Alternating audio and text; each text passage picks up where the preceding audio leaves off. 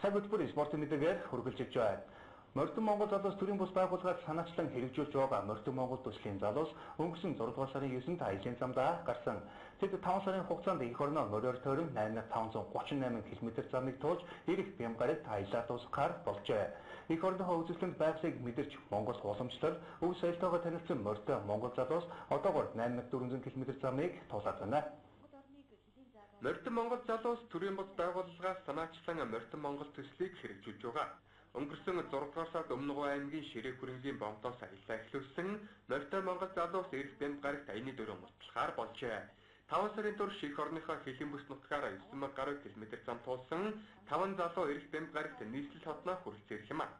Өмнөгов Баяр хонгор Говь Алтай Ховд Баян үлгийн Увс Цавхан Хөвсгөл Булган Сэлэнг Давхуул Хэнти Дорнодгээд 15 аймгийн нутгаар дайр өнгөрсөн залуучууд аялын турш Монгол орныхоо үзэсгэлэнт байгаль уламжлал зан заншлын тухай сонирхолтой агшнуудыг зөрчүүлэн хэд хэдэн цуврал нэвтрүүлгүүд бэлтгэжээ. Энэхүү аяллаараа залуучууд эх орноо хайрлах их түүхээрээ бахархах Монгол зан заншил өв соёл зэрэг Монгол хэмээх тодтолтой бүгдийг аялын явцад харуулах зорилго тавьсан байна.